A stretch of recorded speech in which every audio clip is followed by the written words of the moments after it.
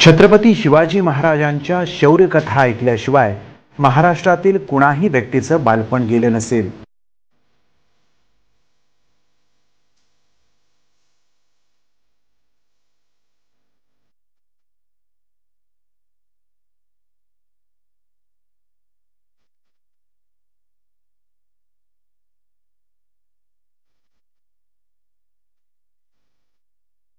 आणि या शौर्यकथा शिवशाहीर बाबासाहेब पुरंदरे यांच्या ओजस्वी वाणीतून ऐकणं म्हणजे अपूर्व योगच। बाबासाहेबांनी आपलं संपूर्ण आयुष्य शिवचरित्राला वाहून घेतलंय। आजपर्यंत त्यांनी शिवचरित्रावर हजारोंनी व्याख्यानं दिली आहेत। जाणता राजा हे शिवचरित्रावर आधारित महानाट्य म्हणजे खचितच बाबासाहेबांच्या जीवनातील अत्युच्च आनंदाचा क्षण।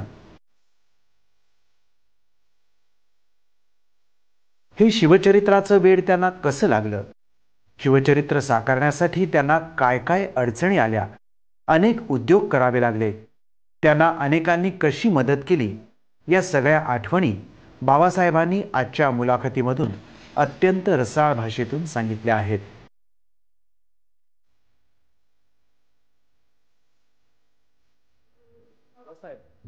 बाबासाहेब पुरंदरे हे नाव म्हटलं की अनाऊतपणे त्याच्या आधी शिवशाहिरी उपाधी आपोआप लागली जाते। नेमका शिवचरित्राच्या अभ्यासाबद्दलची आवड किंवा शिवचरित्रावर आपण अभ्यास करावं असं कधी, केव्हा आणि कसं वाटलं, म्हणजे त्याच्या मागची प्रेरणा काय होती, कारण काय होतं आणि कधी साली हा प्रवास चालू झाला? मला जसं आठवतंय तसं मला शिवचरित्राचं वेड आहे आणि मलाच नाही पण मी असं पाहतो होतं माझ्या आत्तापर्यंतच्या जीवनामध्ये मला अक्षरशः शेकड्यांनी अशी मुलं आणि माणसंही पण भेटली की ज्यांच्या लहानपणी हा त्यांचा छंद झाला वाचनाचा। आत्ता एवढ्यातल्या एवढ्यात अगदी काल परवा मी मुंबईत होतो तेव्हा तिथेसुद्धा बोलताना त्या मुलांना वयाच्या 5व्या 6व्या 7व्या वर्षापासून शिवचरित्रातल्या गोष्टी ऐकाव्यात। कोणी मग पालक सांगतात की अहो 13 महिने ते रात्री एक तरी गोष्ट सांगितल्याशिवाय तो झोपतच नाही आणि ती गोष्ट शिवाजी महाराजांचीच पाहिजे हा पुन्हा त्याचा आग्रह असतो। म्हणजे हे ज्यावेळेला लोकांच्याकडनं ऐकायला मिळतं तेव्हा लक्षात येतं किंवा महाराष्ट्रातली तरी निदान अशी प्रकृतीच बनली आहे किंवा शिवाजी महाराजांचं चरित्र ऐकल्याशिवाय, गोष्टी ऐकल्याशिवाय, चित्र काढल्याशिवाय आमच्या लहान मुलाचं लहानपण साजरंच होत नाही। त्याला तो छंद असतो, मलाही तसा छंद अगदी लहानपणी लागला। मातीचे दिवाळीच्या किल्ल्याच्या अशा सजावटी करता आपण ती चित्र करतो ना, मावळे करतो, शिवाजी महाराज करतो, ते मी वर्षभर करत असे। वर्षभर आमचा तो अंगणामध्ये त्या मातीच्या वर्षभर चाललेली असायची। मग शिवाजी महाराज बसलेत, मग घोडाही करायचा प्रयत्न करायचा। लहानपणी आपलं जेवढं काय पण तो वेड शिवाजी महाराजांचा, ते वेड माझ्या वडिलांनी ओळखलं की या पोराला ह्या विषयाचं वेड आहे आणि ते जरा खूपच आहे। म्हणजे जसं काही लोकांना खाण्याचं वेड असतं किंवा खाऊ म्हटलं म्हणजे ते खुश, तसं ते मला ते शिवचरित्राचं वेड आहे, वाचण्याचं वेड आहे हे लक्षात घेतल्यानंतर त्यांनी त्या दृष्टीनं माझ्या वडिलांनी अनेक गोष्टी केल्या। आता माझ्या अगदी लहानपणी एक चित्रपट आला, बोलका सिनेमा त्यावेळेला नुकता सुरू झालेला होता, 1931 साल असावं, मी 9 वर्षाचा आहे। त्या मला प्रभात फिल्म कंपनीचा सिंहगड नावाचा चित्रपट त्याने मला बघायला नेला होता। कधी कधी मधनं शिवाजी महाराजांच्या जीवनावरची नाटकंही पण यायची, मग वडील मला घेऊन जायचे ते बघायला। शाळेमध्ये असतानासुद्धा गॅदरिंगमध्ये मुलं काहीतरी कार्यक्रम करून दाखवतात, करमणूक करतात, नाटक करतात, पण ते नाटक 5 मिनिटाचं 10 मिनिटाचं असं काहीतरी असतं। तर त्यामध्ये सुद्धा शिवाजी महाराजांच्यावरचं नाटक असलं तर मी त्यातलं ते काम करीत असतो। पण ते मावळ्याचं जरी असलं अगदी तलवार घेऊन उभा राहणाऱ्या, भाषण काही नाही, तरी पण मी ते काम केलेलं आहे। आणि एकदा तर शिवाजी महाराजांचं काम मी केलं, ती पगडीच डोकायला येईना पण तो त्या सगळ्या आठवणी ते आठवलं म्हणजे असं वाटतं किंवा लहानपणापासून आपण शिवाजी महाराजांच्या अगदी पुस्तक रूपानं का होईना पण सहवासात आहोत, असं एक छंदच त्या जण। म्हणजे थोडक्यात आपल्या वडिलांनी या शिवप्रेमाला खूप प्रोत्साहन दिलं असं म्हणायला प्रोत्साहन दिलं, जोपासलं म्हणजे फार म्हणजे वडिलांचे एका अर्थाने अतिशय उपकार आहेत. आता वडिलांचे उपकार आपण तसं काही मानत नाही, पण मी विचार करतो त्यावेळेला असं वाटतं की वडिलांनी जर त्यावेळेला मला हे पुस्तक आणून दिलं नसतं, हा किल्ला दाखवला नसता, हे घराणं माझ्या परिचयात आलं नसतं, हे सगळं वडिलांच्यामुळं झालं. ती आवड ती वाढतच गेली. वडील चित्रकला शिक्षक होते तुमचे. हो, पण चित्रकलेचे धडे त्याच्याबरोबर मिळाले तुम्हाला? चित्रकलेच्या माझ्या 2 त्यावेळेला परीक्षा झाल्या, पण पुढे मला मग चित्रकलेची आवड राहिली, पण मी स्वतः चित्रकला मला करायला काही जमलं नाही, कारण इतरच उद्योग हे मी करत राहिलो. त्यामुळे चित्रकलेकडे मला इच्छा असून आवड असूनही मला नाही जमलं ते. वडिलांच्या मध्ये किंवा आपल्या घराण्यामध्ये परंपरागत असं शिवचरित्राचा अभ्यास करणारं कोणी होतं का, किंवा असं कोणी काही काम केलं होतं की ज्याच्यामुळे तुमच्यामध्ये आवड निर्माण झाली असं म्हणता येईल आपल्याला? अगदी माझ्या घराण्यामध्ये असं कोणी नव्हतं, पण माझ्या घराण्याची जी काही मला माझ्या आजोबांच्यापर्यंतची माहिती आहे, पंजोबांच्यापर्यंतची माहिती आहे की नजीकच्या काळात, ते मी काही पाहिलेलं नाही, मी माझ्या प्रत्यक्ष आजोबांना एक पाहिलेलं नाही. माझा जन्म माझ्या आजोबांच्या नंतर झालेला आहे, नाही ते मरण पावले आणि नंतर 2 वर्षे मी जन्माला आलो. परंतु मला जे काही ऐकायला मिळायचं, कळायचं, तर त्याच्यात मात्र मला असं लक्षात आलं त्या माझ्या घरातल्या सगळ्यांनाच इतिहासाबद्दलचं एक प्रेम आणि विशेषतः शिवाजी महाराजांच्याबद्दलची एक भक्ती हे फार होते. माझ्या वडिलांनी महाराजांची त्यावेळेला काढलेली चित्रं आमच्याकडे होती आणि अनेक पुस्तकातली चित्रं त्यांनी काढलेली आहेत. त्यांचा व्यवसाय म्हणा किंवा त्यांची तो छंदही पण चित्रकलेचा जो त्यांना होता, तर त्यातनं त्यांनी खूप चित्र काढली आहेत. खुद्द माझ्या पुस्तकातली काही चित्र त्यांनी काढलेली आहेत. माझं मुजरेचे मानकरी या नावाचं एक पुस्तक आहे, त्या पुस्तकातली चित्र माझ्या वडिलांनी काढलेली आहेत. तर त्यामुळे चित्रकलेचे पण छंद हा मला होता. आपण मागे एका मुलाखतीमध्ये सांगितलं होतं की लहानपणी आपण नकला पण खूप छान करत होता. हो, त्याबद्दल थोडंसं सांगा, कारण शिवशाहीर बाबासाहेब पुरंदरे लोकांना माहिती आहे. शिवशाहीर जे झाले नसते तर कदाचित एक नामवंत नकलाकार पण झाले असते. खरंच झालो असतो कदाचित. मी माझ्या घरामध्ये थोडं सांगा. हो, नकला करायची मला लहानपणापासून सवय, आणि मग ती कोणाची मी नक्कल करायचं. मी फक्त नक्कल केली नाही 2च माणसांची, एक म्हणजे माझी आई आणि दुसरं म्हणजे माझे वडील.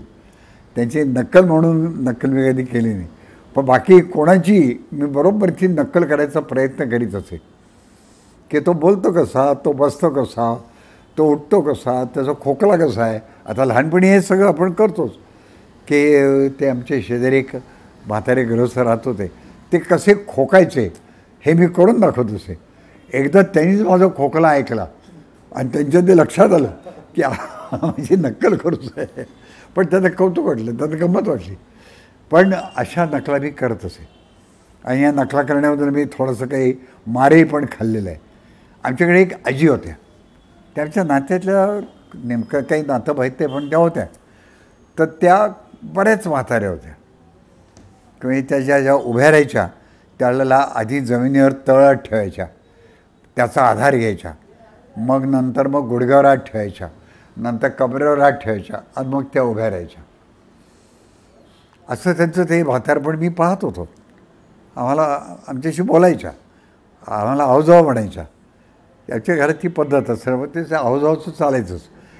परंतु जेव्हा त्या बोलायच्या, त्या कशा बोलायच्या, दात काढलेले होते, त्या बोबडे उच्चारायचे त्यांचे.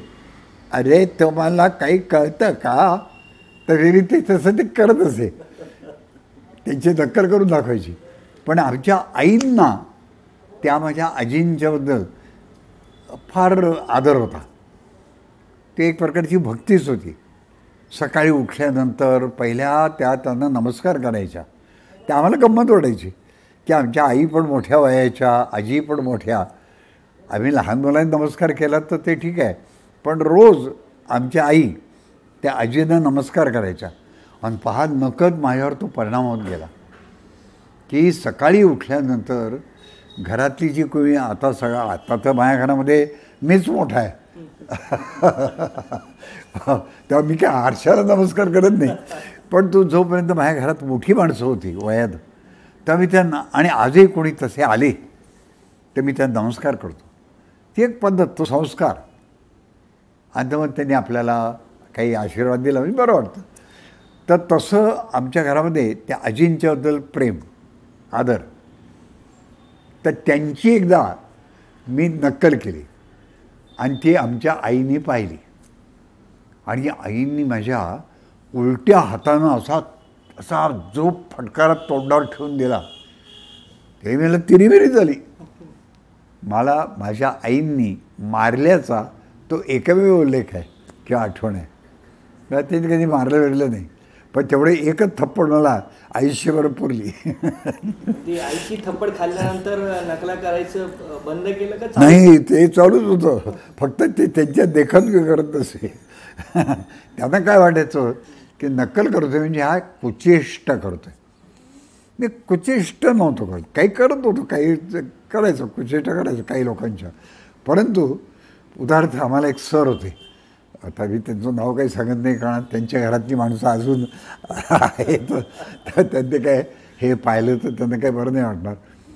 पण त्यांना एक लकब होती त्याची, असं ते करायचे, शिकवताना बोलताना असं करायचे. ते मी इतकं बरोबर करत असे. पण अशा नकला मी करायचा. पण ही नकलांची माझी आवड ही त्या मानांवरती डेव्हलप झाली. त्याचं कारण असं झालं की एकदा गणपतराव नलावडे हे आमच्या घराशी फार संबंधित. तर ते एकदा सावरकरांच्याकडे म्हणजे त्यांची आमची म्हणजे भेट झाली. आता कुठे सावरकर, कुठे मी, पण ती भेट झाली आणि त्यावेळेस ते म्हणाले सावरकरांना, तात्या हा मुलगा तुमची हुबेहूब नक्कल करतो. असं म्हटल्यानंतर आता सावरकर माझ्यासारख्या लहान मुलाला पाहिलं म्हणजे माझी नक्कल करतो हा. मला म्हणाले काय करतोस ते कर बरं, मला दाखव. मात्र मी तिथं गडबडलो की एवढ्या मोठ्या माणसाच्या देखत त्यांच्या समोर उभं राहून त्यांची नक्कल करायची. पण मी नक्कल केली त्यांची, आणि त्यांचा एक मिनिटाचा उतारा त्यांच्या भाषणातला हा मी तो बोलून दाखवला. आणि तो त्यांना इतका पटला की अरे होय मी असंच बोलतो असं ते मला म्हणाले. पण लगेच मला म्हणाले माझ्या पाठीवरती, ते मला अगदी आठवत आहे पहा की माझ्या पाठीवरती हात ठेवला, ते म्हणाले नक्कल चांगली करतो आहेस, पण आयुष्यभर केवळ लोकांच्या नकलाच करू नकोस. ते असेच बोलायचे बरं का, त्याची बोलण्याची पद्धती आता बोललो ना ही अशीच होती. आणि त्या स्वतःचंही काही वेगळं असू दे, तुला नकला करायची सवय लागली तर तू फक्त नकलाच करत राहशील असं ते मला म्हणाले. त्याचा परिणाम माझ्या मनावरती इतका झाला की मी नकला करणं सोडून दिलं. मी गाण्याची सुद्धा नकला करत असे. आवाज वगैरे काही तसा चांगला नव्हता, पण तो मी ज्योत्स्ना भोळ्यांचं गाणं, ज्योत्स्नाबाई तर त्या काळात त्या मोठ्याच होत्या, तर त्यांच्या गाण्याचा त्याचा जो आवाज आहे तो मला फार आवडायचा. आजही मला त्यांचे जुने रेकॉर्ड्स ते ऐकताना मला फार आवडतात, गंमत वाटते.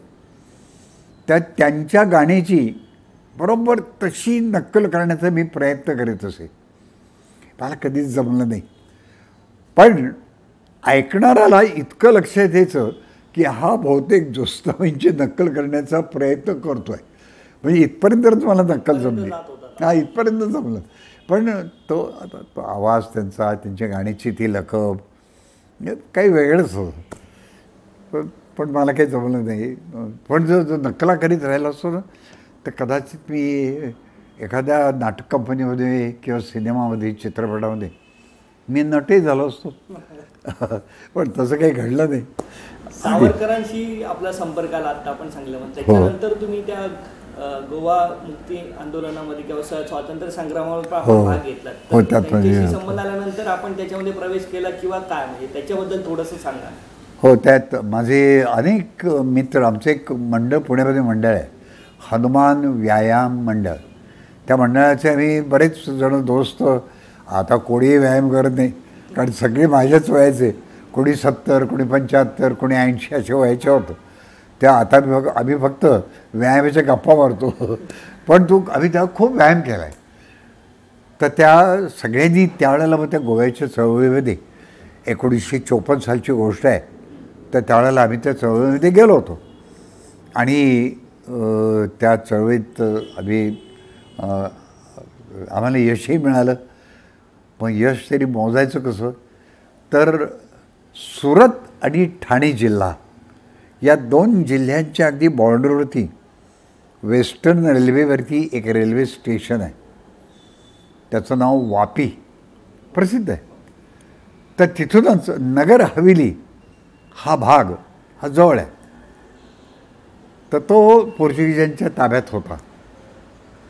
तो भाग जिंकण्याकरता आम्ही गेलो आणि आम्ही सगळे म्हणून जे होतो ते आमची सगळ्यांची म्हणून संख्या त्यावर 110 होती. राजाभाऊ वाकणकर अशी गोव्यातली काही मंडळी आमच्यावर होती. विश्वनाथराव लवंदे, प्रभाकर विठ्ठल प्रभू सिनारी, हे सगळे गोव्यातले कार्यकर्ते आणि तेही आमच्याबरोबर होते. आणि आम्ही ज्यावेळेला तिथे त्या नगर हवेलीवरती हल्ला केला आणि ती नगर हवेली आम्ही जिंकली, ताब्यात घेतली, तेव्हा आम्हाला फार एक वेगळा काही आनंद झाला. जीवनातला हा विलक्षण आनंद झाला की काहीतरी वेगळं. सहसा आमच्या जीवनामध्ये हे असं काही करण्याची वेळ येते, संधी मिळते, पण ती आपल्याला संधी मिळाली. आपण ते जिंकलं आणि एक स्वातंत्र्य सैनिक असं स्वतः करता जो आनंद आहे, तर तो आनंद मी आजही पण मनातल्या मनामध्ये तो लुटत असतो की आपण स्वातंत्र्याकरता थोडं तरी काहीतरी केलं. ही किती सालची गोष्ट आहे स्वातंत्र्य? ही तारीख 2 ऑगस्ट 1954 या दिवशी आम्ही नगर हवेलीची सेल्व्हासा ही जी राजधानी होती आणि आताही आहे अर्थात ती त्या भागाची, तर ते आम्ही जिंकलं, आमच्या ताब्यात घेतलं. पोर्चुगीज सगळे पळाले आणि त्यांनी काय आमचं मूल्यमापन केलं काही कळत नाही. बस एक त्यांनी पळावं इतके काही आम्ही बलाढ्य नव्हतो, परंतु ते पळाले एवढं खरं आहे. कदाचित त्याचं खरं कारण सांगू का, की त्यावेळेचं जे मुंबई सरकार आहे ते आपलं आहे ना, महाराष्ट्र सरकार नव्हतं त्यावेळेला, म्हणजे महाराष्ट्र व्हायचा होता परंतु मुंबई सरकार म्हणायचे. तर त्या मुंबई सरकारमधले जे काही अधिकारी होते, आपले आदरणीय यशवंतराव चव्हाण हे एक मंत्री होते, मोरारजी देसाई होते, आणखीन बरीच मंडळी होती. ते ही सगळी ह्या आमच्या या चळवळीला अनुकूल होती. त्या नकळत अप्रत्यक्षरित्या पोलीस फोर्स हा सगळा सरहद्दीवरती ठेवला होता. ते त्यावेळेला मुंबई राज्याचे पोलीस होते. ते त्यामुळे त्याचा तो परिणाम असा की आम्ही ज्यावेळेला घुसलो त्या सेल्व्हासामध्ये, त्या तिथले जे पोर्चुगीज मुठभरच होते हो, परंतु त्या लोकांना असं वाटलं असावं की हे लोक जे आतमध्ये घुसत आहेत हे मुंबई सरकारचेच आहेत, ह्यांच्या बंदुका आहेत, ह्यांच्या मशीन गन्स आहेत आणि ह्यांच्यापुढे आपण काही टिकणार नाही, म्हणून ते पळाले. नाही तर आम्ही काही एवढे काही पराक्रमी आहोत का काय की आम्हाला पाहिलं तर त्यांनी पळावं. पण तो परिणाम असावा.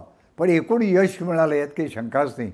आणि एवढं तरी धडस आम्ही केलं की हा एक आनंद आहे ना की आम्ही एवढं का होईना पण आम्ही केलं आणि त्याला आम्हाला सुदैवाने यश मिळालं. आणि गोव्याचा हा जो भाग होता नगर हवेली हा आम्हाला मुक्त करता आला. पुढे भारत सरकारने त्याला मान्यताही दिली आणि आता तो भाग पूर्णपणे आपल्या ताब्यात आहे. पण त्यातली एक गंमत सांगतो की पुढे त्याची केस आंतरराष्ट्रीय कोर्टात सुरू झाली. हे जे आंतरराष्ट्रीय कोर्टाचं मुख्य केंद्र होतं, ठिकाण होतं हॉलंड. तर हॉलंडच्या त्या हेगच्या आंतरराष्ट्रीय कोर्टामध्ये याची केस सुरू झाली.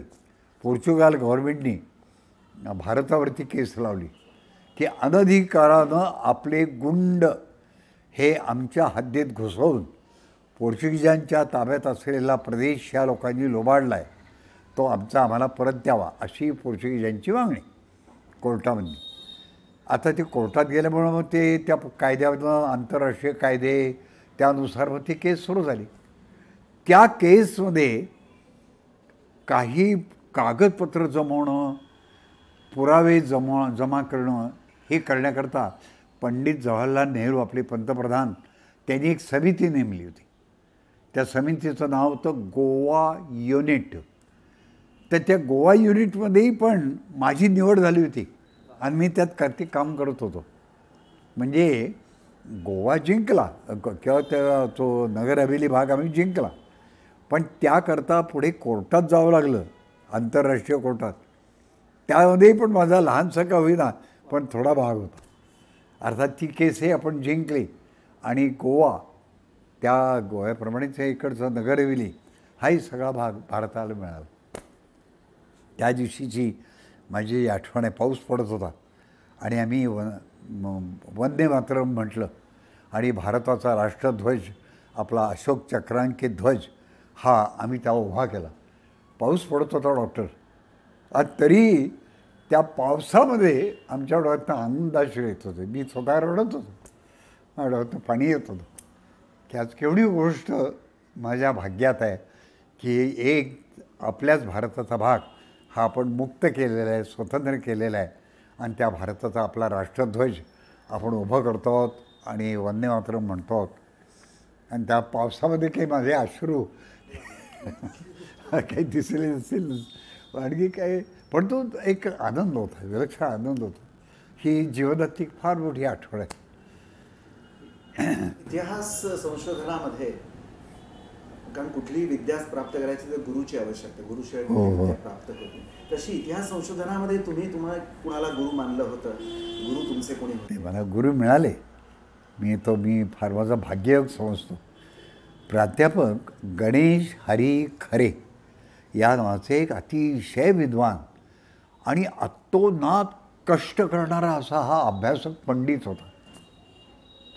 ते भारत इतिहास संशोधक मंडळाचे ते क्युरेटर होते. क्युरेटर म्हणजे ज्याला आपण आपल्या भाषेमध्ये वस्तुपाल, म्युझियमची संपूर्ण व्यवस्थाही त्यांच्याकडे होती. त्यांनी स्वतः कमीत कमी 30,000 हस्तलिखितं गोळा केली. जुनी जुनी जुनी जुनी त्या 200, 300, 400 वर्षापूर्वी लोकांनी लिहून ठेवलेली अशी कागदपत्र आणि हस्तलिखित पोथ्या या त्यांनी जमा केल्या. आज त्या आहेत, त्याच्या भांडारकर इन्स्टिट्यूटमध्ये आहेत, संस्कृत वाङ्मयाच्या. ते अत्यंत मोलाचं धन आहे. तसं भारत इतिहास संशोधक मंडळामध्ये हे जुने कागदपत्र ठेवलेले आहेत अभ्यासकांना अभ्यास करण्याकरता. याचा मला फार फायदा झाला. आणि ते प्राध्यापक ग खरे हे आम्हाला शिकवायचे, सांगायचे. आम्ही त्यांच्याकडनं अनेक गोष्टी शिकलो की आम्हाला काही अडचण आली, आणि नेहमी अडचणी यायच्याच. आता विद्यार्थी म्हटलं म्हणजे अडचणीच, पण ते आम्हाला समजावून सांगायचे किंवा मोडी भाषा किंवा जुनी कागदपत्र ही कशी वाचावीत, त्याची ती पद्धत कशी आहे, नाणी कशी ओळखावीत, जुने लेख, दगडावरचे शिलालेख हे कसे वाचावेत, चित्रांचे अर्थ काय आहेत, ह्या अनेक गोष्टी त्यांनी आम्हाला सांगितल्या. त्याचा पुढच्या आयुष्यामध्ये आम्हाला आज त्याचा केवढा फायदा होतो की आज जुनं एखादं काही पाहायला मिळालं तर आम्हाला लगेच त्याची ओळख पडते, ते सांगता येते काय आहे. हा फायदा आहे. त्या गुरुशिवाय कोण बताये बाट, गुरुशिवाय कोण वाट दाखवणार आहे. त्या गुरुशी आपण नेहमी कृतज्ञच असलं पाहिजे. आणि गुरुच्या आमचे जे खरे होते यांनी संसार केला नाही, लग्न कार्य काय नाही, केवळ सगळं आयुष्य त्यांनी इतिहास या विषयाच्या अभ्यासाकरता 52 ग्रंथ त्यांनी लिहिलेले आहेत. माहीतसुद्धा नसतील आपल्याला. 52 लहान मोठे असे त्यांचे ग्रंथ आहेत. इतकं मोठा ज्ञानाचा साठा हा त्यांनी स्वतः जमवला, आम्हाला दिला. त्यातलं आम्हाला जे काही घेता आलं ते आमची आता एवढी काही ताकद नव्हती. त्यांना उत्तम संस्कृत यायचं, ते उत्तम इंग्लिश बोलायचे, त्यांना उत्तम पर्शियन समजत होतं, अशा कानडी समजत होतं उत्तम, अशा अनेक भाषा त्यांना येत होत्या. पण ह्या सगळ्याचा फायदा हा जसा एखाद्या तलावाचा फायदा पाझर येत येत येत विहिरीला मिळतो तसा त्यांच्या ज्ञानाचा फायदा आम्हाला मिळाला. त्यामुळे आम्ही स्वतःला धन्य समजतो. आम्ही म्हणजे मी आणि माझ्याबरोबरचे आणखीनही काही विद्यार्थी आहेत, आम्हाला खूप फायदा मिळाला. आज अनेक इतिहास संशोधनाने आज काम केले. तुमच्याबरोबरचे समकालीन असे कितीतरी इतिहास संशोधक होते. हो, आहेत. त्यावेळेस या इतिहासाच्या संदर्भात कधी मतभेद होण्याचे प्रसंग कधी आले? रोज मतभेद, त्याला काही तोटा नाही. रोज मतभेद, कुठेतरी याला हे वाटायचं, त्याला ते शेवटी संशोधन हा अभ्यासाचा विषय आहे. आता त्याच्यामध्ये समजा एखादा विषय मांडला तर तो त्याची आपली मतं मांडेल. किंवा या कागदपत्रावरून असं दिसतंय की शिवाजी महाराजांचा मुक्काम या दिवशी या अमक्या किल्ल्यावरती आहे. उदाहरण नेमकंच बोलतो, श्रीवर्धन हे एक ठिकाण आहे.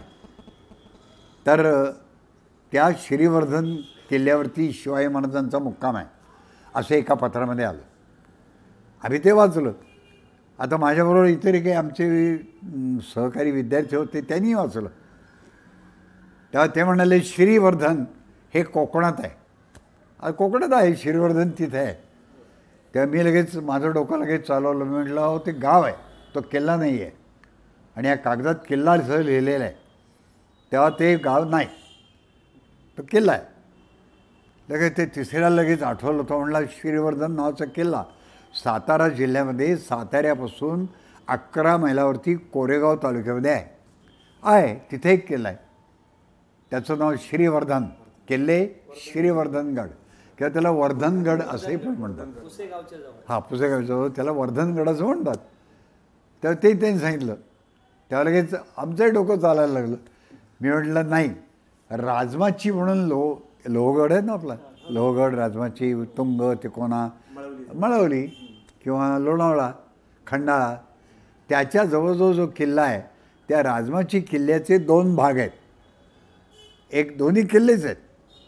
त्यातल्या एका किल्ल्याचं नाव आहे श्रीवर्धन.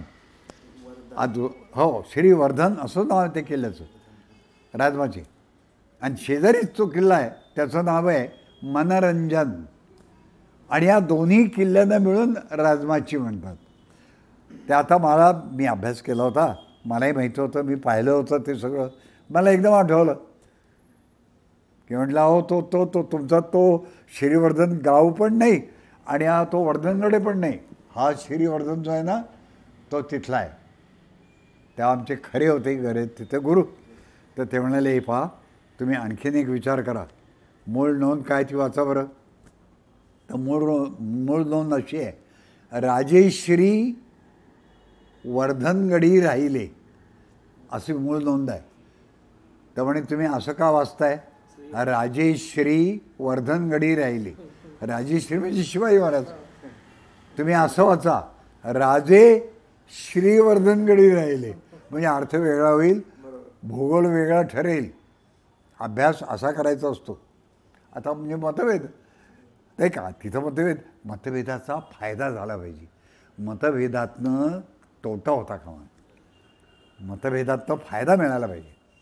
त्यातनं ज्ञान वाढलं पाहिजे, कुतूहल वाढलं पाहिजे, अभ्यास जास्त केला पाहिजे. मग काय निर्णय मिळेल तो घ्यायचा, स्वीकारायचा.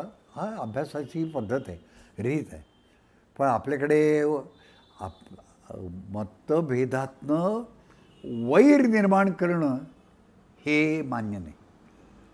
यातनं घात आहे, यातनं नुकसान आहे. मतभेदातनं वैर कसं निर्माण होईल, मतभेदातनं फायदा झाला पाहिजे, ज्ञान वाढलं पाहिजे.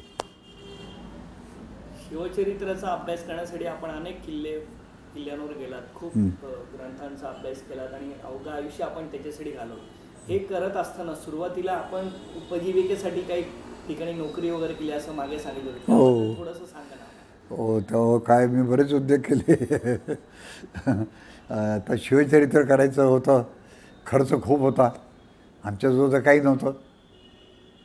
माझं काय पैसे पाहिजेत ना छापायला. आज तर खूप महागाई आहे, पण त्यावेळेला स्वस्ताई होती.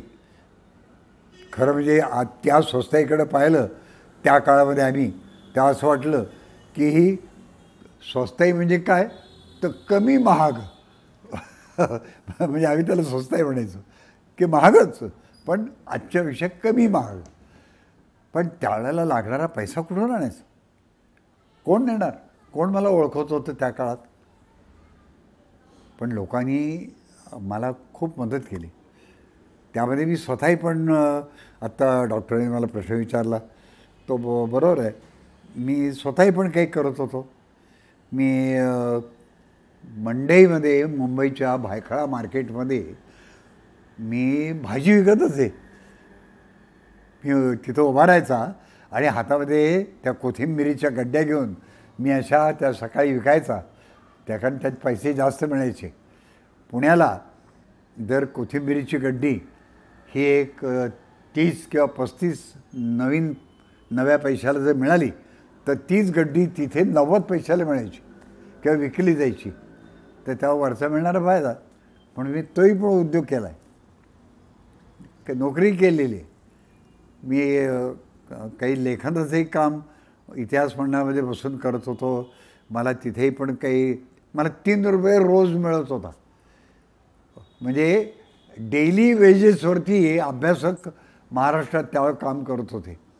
जे सध्या मजुरांना मिळतात ते आम्हाला डेली वेजेसवरती मिळत होते. तर त्या एक दिवस म्हणजे इथे एक आठवण आहे की भारत इतिहास संशोधक मंडळाच्या मी तिथे गॅलरी आहे कडेला, तर तिथे मी उभा होतो आणि शेजारी ते भरतनाट्य मंदिर. तर भरतनाट्य मंदिरामध्ये त्यावेळेला काम करणारा जो गडी होता त्या गड्याला 250 रुपये महिना पगार होता आणि आम्हाला 3 रुपये रोजप्रमाणे महिन्याच्या काठाला 90 रुपये मिळत होते. तो झाडलोट करणारा त्याला 250 रुपये आणि आम्ही अभ्यास करणारे अभ्यासक, स्कॉलर म्हणायचे आम्हाला, स्कॉलर हे आमची स्कॉलरशिप, आम्हाला 90 रुपये. आणि एक दिवस जर समजा मी उशिरा गेलो काही कारणाने किंवा गेलोच नाही तर त्या दिवशीचा पगार नाही. अशी आमच्या अभ्यासकांची अवस्था होती. पण तरी त्यातनं आम्ही मी किंवा आमचे गहकऱ्यांना 100 रुपये पगार होता. ते तर आमचे साहेब, ते आमचे क्युरेटर होते ना, त्यांना महिना 100 रुपये पगार होता. अशी अवस्था होती. पण आम्ही कधी तक्रार वगैरे केली नाही, कधी संप वगैरे केला नाही. संप केला तर 90ही मिळणार नाहीत ही आम्हाला खात्री होती. तर तेव्हा आम्ही जे काय होतो त्यात करीत राहिलो. पुढे जगदंबेने आम्हाला यश दिलं. माझा परमेश्वरावरती विश्वास आहे आणि तो परमेश्वर हा, मला असं वाटतं, खरं खोटं मला माहीत नाही, मी काय अध्यात्माचा अभ्यास केलेला नाही, पण परमेश्वर हा आपल्या काळजात आहे, तसाच तो आपल्या मनगटातही पण आहे. आपण जर कष्ट केले तर तो येतो तिथे, तो आपल्याला मदत करतो.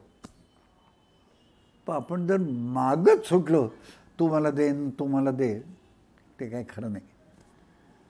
आपल्या कष्टाने आपल्याला मिळवता येतं, ते मिळवावं, मग आपोआप त्यात भर पडत जाते. आता पहा, आता तुम्ही विचारलं आहे म्हणून मी सांगतो, त्यातला मला दुसरा कोणताही भाग नाही की मला कालिदास पुरस्कार मला मिळाला.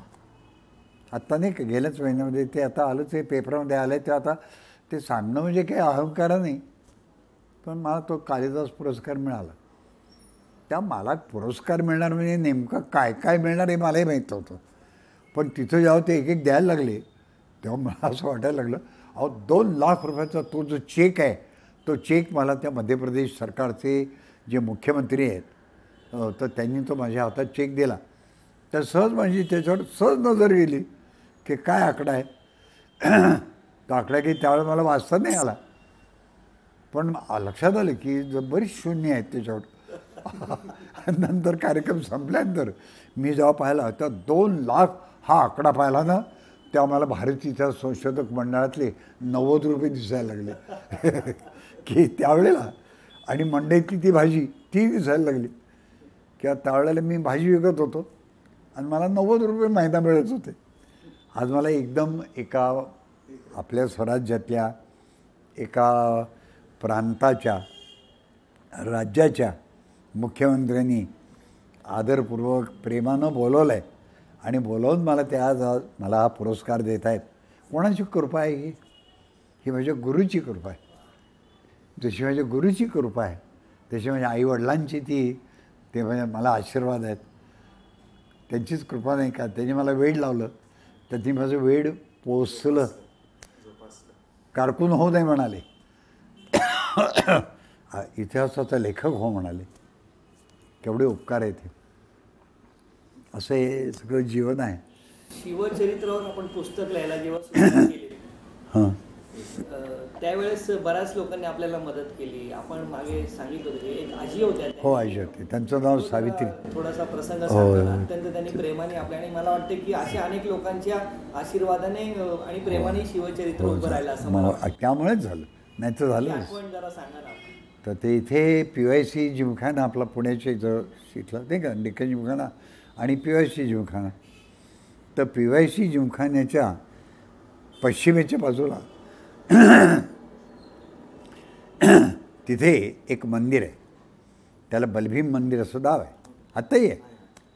तर त्या बलभीम मंदिराची व्यवस्था पाहणाऱ्या एक म्हाताऱ्या आजी होत्या. त्यांचा भाचा, त्याचं नाव होतं भालचंद्र भिडे, तो माझा वर्गमित्र. तो त्यांचा भाचा, हे नातं. त्या विधवा होत्या. त्या एकट्या बाई त्या तिथं राहायच्या, त्या मंदिराची व्यवस्था पाहायच्या. आणि ती व्यवस्था पाहण्याबद्दल त्यांना काही एक 25 रुपये महिन्याला पगार होता असं आपलं ऐकून माहिती होतं. आणि मधनं त्या आमच्या भालू भिडेच्या बरोबर मी त्या आत्यांना भेटायला जायचो. त्यांचं नाव होतं सावित्रीबाई दाते. तर त्यांना तो जायचा, आम्ही जायचो. आणि तिथे गेल्यानंतर आम्हाला खडीसाखरेचा एक खडा मिळायचा.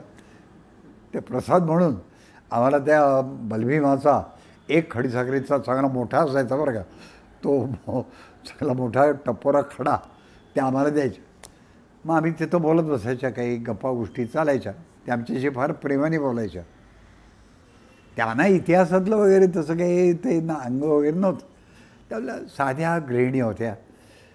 पण एक दिवस त्यांना कळलं की मी असं काहीतरी ते शिवचरित्राचं काहीतरी करतो आहे.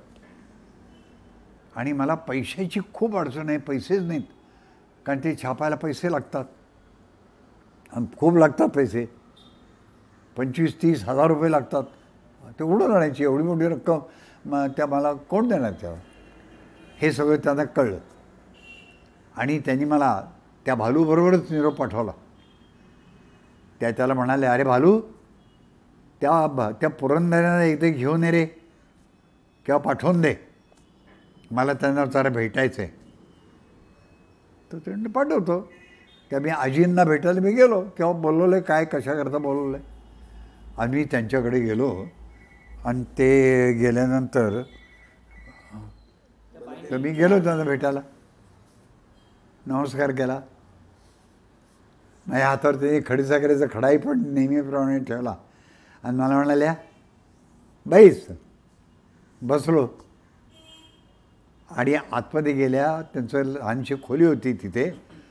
आणि तिथून ते एक स्टेनलेसचं, आपण दूध तापवतो ना आपल्याकडचं 1.5 लिटर, तर तसं ते पातेलं त्या आतून घेऊन आलं. मला काही कळे ना की काय आणलं आहे. पण ते पातेलं त्यांनी आणलं आणि मायापुढे ठेवलं. अहो, त्यात नोटा होत्या. त्या पाहिल्यानंतर मी चपापलो एकदम. किंवा पातेल्यातनं नोटा आणल्या होत्या. नोटा मला दिसत होत्या की त्या मोठ्या बरीच रक्कम होती असं मला दिसायला लक्षात आलं. आणि मी त्यांना विचारलं, म्हणलं ताई, आम्ही त्यांना ताई म्हणायची. म्हणलं ताई, हे काय आहे? हे तुमच्याकरताच आहे. तुम्ही ते काहीतरी करताय ना, शिवचरित्र काहीतरी, त्याच्याकरता मी तुम्हाला देते. कर्ज आहे बरं का हे मला परत द्यायचे. हे माझे पोस्टात असतात. असंच बोलत होत्या. हे माझे पोस्टामध्ये ठेवलेले असतात आणि त्याचं मला जे व्याज येतं तर ते मग पण मी खर्च करते. काही साडी विडी घ्यायची झाली तर मग ते आणते. तर तेवढं व्याज मला द्यायचं. तुमच्याकरता मी मुद्दाम घेऊन आले, पोस्टातनं काढून आणले आणि आता हे तुम्ही घेऊन जा. कागद नाही, पत्र नाही, पावती नाही, सही नाही, मी मागितलेही पण नाहीत. आणि तरी एक बाई म्हातारी विधवा आणि ती मला बोलवते आणि मला ते पैसे देते. मला काय वाटलं असेल त्यावेळेला, ढसकन रडू येणं काय असतं ते मी त्यावेळेला स्वतः अनुभवलं. मला रडू झालं, मला डोळ्यात पाणी आलं. म्हटलं ही बाई, मग ते मित्रही बरोबर नव्हता तेव्हा, तो साक्षीदार वगैरे. हल्ली फार साक्षीला फार महत्त्व आहे म्हणे, आणि खोटी साक्ष देण्यात तर आणखीन गंमत असते म्हणे. पण कोणी नाही, मला ती आपली बाई पैसे देते म्हणते घेऊन जा, किती आहेत तेही सांगत नाही. मी तर घाबरलोच हो की हे कसे मी या बाईचे पैसे घेऊ. त्या मी म्हटलं की ताई मी पुन्हा येईन, मी भालूला घेऊन येतो आणि मग आपण बोलू. त्या म्हणल्या तो भाल्या तो काय वेळेवर येणार आहे का, तो कधी यायचा नाही, तुम्ही हे घेऊन जा आणि नंतर मग या, त्याला घेऊन या. मग ते पैसे मी घेतले. ती रक्कम किती होती माहिती आहे का, ती जवळजवळ 18,000 रुपये रक्कम होती. त्या काळामध्ये मी हे जे बोलतो आहे ते 1956 सालचं बोलतो आहे. 1956 सालचे 18,000 रुपये म्हणजे काय. आणि ते मला दिले, मी घेतले, ते आणले, पण घाबरलो होतो. पण तो कारण जबाबदारी आली ना की काही चुकलं, काही वेडवाकडं झालं आपल्यातनं, तर या बाईचे शाप, ती शाप देणार नाही, ती तरी आशीर्वादच देईल. पण मला तरी त्यातली एक गंमत आठवते. त्यांनी ते पैसे मला दिले आणि मला म्हणाल्या चांगलं चांगलं लिहा, चांगलं लिहा. गणपती, पार्वती, कार्तिकेय म्हणून पण आणखीन एक मुलगा होता शंकराला. तर आता शिवचरित्र लिहिताय तेव्हा ते सगळं लिहा, त्या कार्तिकेयाच्याबद्दलही पण लिहा. तेव्हा माझ्या लक्षात आलं की आपण जे करतोय त्या बाईला माहितीच नाही आहे. ती बाई पौराणिक समजते आणि मी तर आपल्या शिवाजी महाराजांचं चरित्र लिहिणार आहे. मी म्हटलं आता याला काय कसं कर. म्हटलं ताई ते शिवचरित्र म्हणजे ते पुराणातलं शिवचरित्र नाही मी लिहित, मी आपले शिवाजी महाराज, संभाजी महाराज, तानाजी मालुसरे, अफजल खान ते आहे ना ते लिहितो आहे. ते तुमचं ते पुराणातलं नाही लिहित आहे. ते म्हणले हो का, पण तेही काही वाईट नाही, तेही चांगलं आहे. लिही, कर, काय तुला काय करायचं असेल ते कर. मला म्हणणं आहोजाव म्हणायचं, म्हणणं अरे अरे म्हणायच्या. आणि लहानच होतो मी, तसा कॉलेजचा विद्यार्थीच तो त्या काळात. पण ते झालं पुस्तक. आणि त्यांचे सर्व पैसे हे मी त्यांना म्हटलं होतं की मला असं वाटतंय ताई की मी तुम्हाला हे सर्व पैसे बहुतेक 1.5 वर्षाच्या आत परत करू शकेन. मला म्हणाल्या 2 वर्ष लागली तरी चालतील, माझं तेवढं व्याज व्यवस्थित देत जा. अशी एक आठवणी आता आठवल्या, मलाच गंमत वाटते.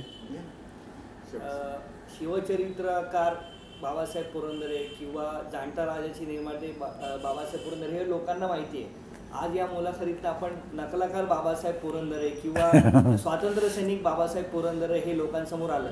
आणखी एक आपला पैलू जो लोकांसमोर फारसा आलेला नाही की बाबासाहेब पुरंदरेमधला सामाजिक कार्यकर्ता किंवा सामाजिक जाण असलेला माणूस हा या मुलाखतीच्या निमित्ताने लोकांसमोर यावा असं मला वाटतं. तर आपण काही जे उपक्रमांमध्ये भाग घेतलाय, उदाहरणार्थ भोई प्रतिष्ठानचे नेत्रदान मोहिमेमध्ये आपण नेत्रदानाचे फॉर्म भरले, किंवा HIV ग्रस्त आणि अनाथ मुलांबरोबर आपण खेळण्यासाठी त्यांना गोष्टी सांगण्यासाठी जाता, किंवा भिवंडीच्या दंगलीमध्ये जे 2 पोलीस शहीद झालेत त्या कुटुंबांना भोई प्रतिष्ठानने जे दत्तक घेतले त्या कुटुंबाची विचारपूस आपण नेहमी करत असतात.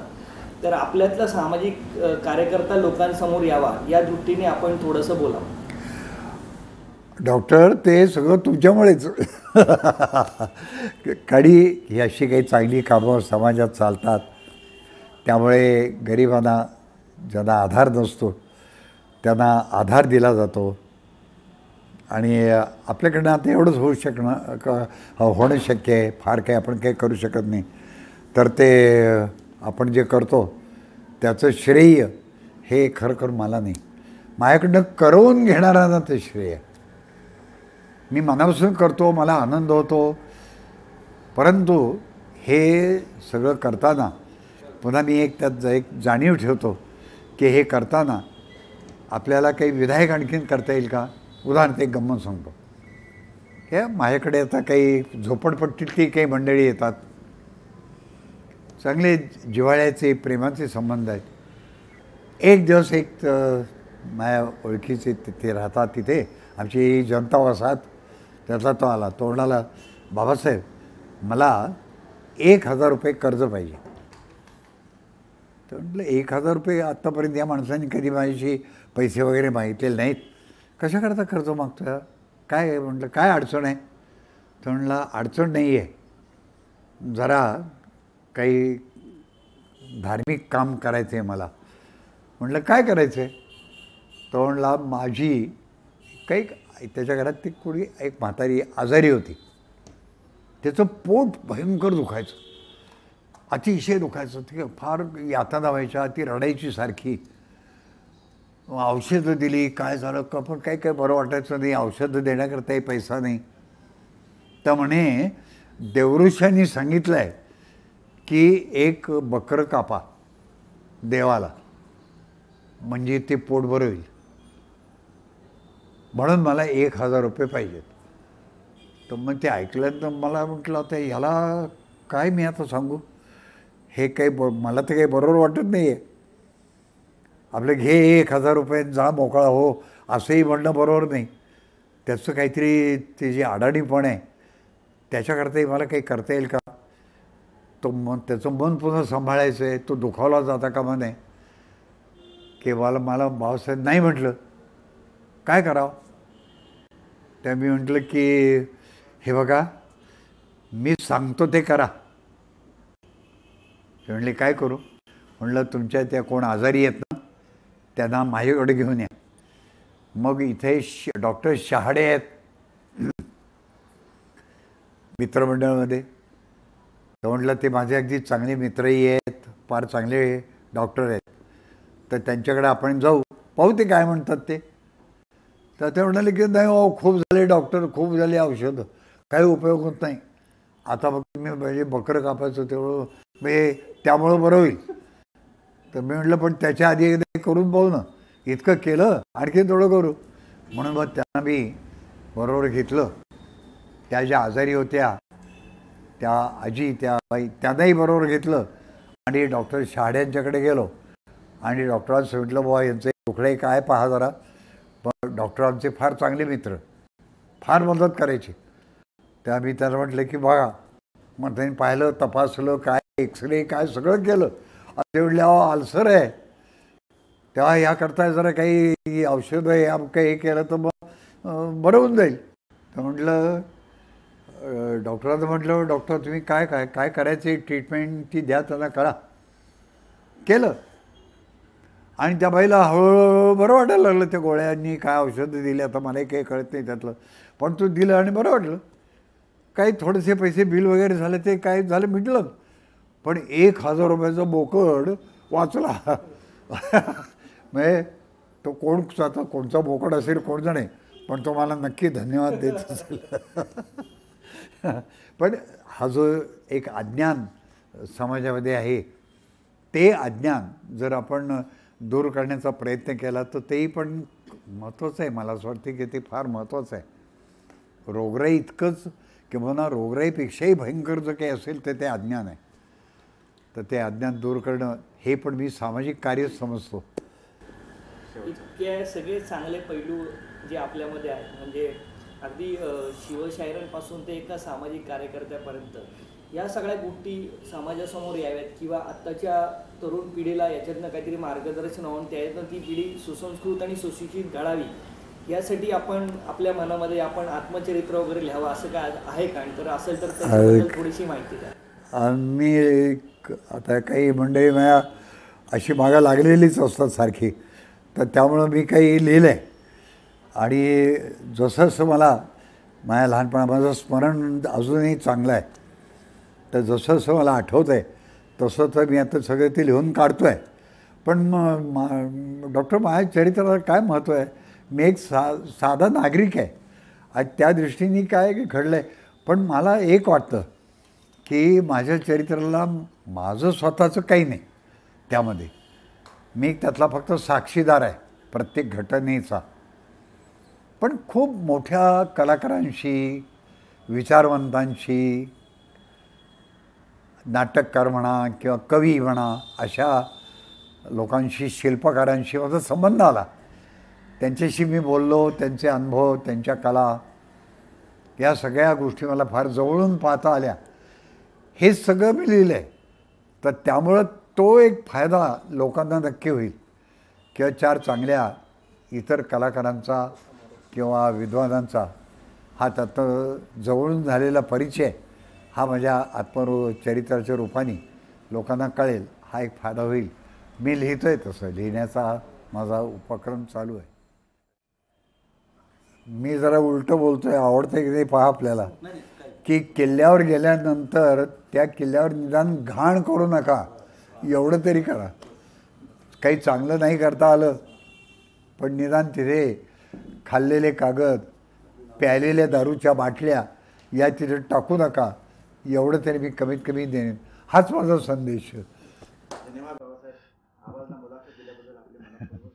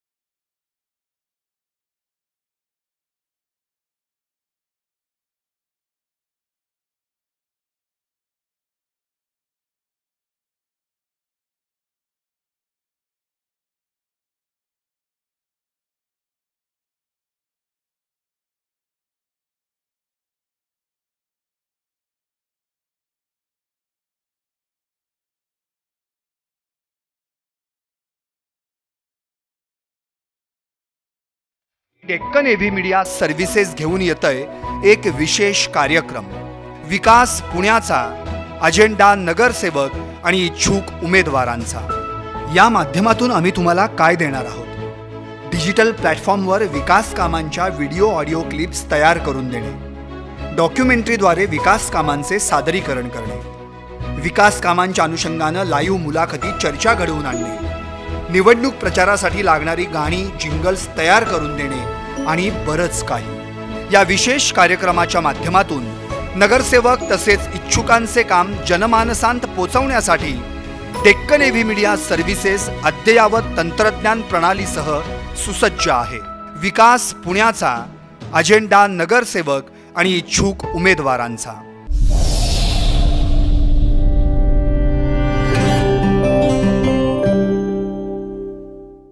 ताज्या बातम्या आणि विविध घडामोडींसाठी टॉप 20 न्यूज डिजिटल चॅनलला सबस्क्राईब करा आणि बेल आयकॉन प्रेस करा.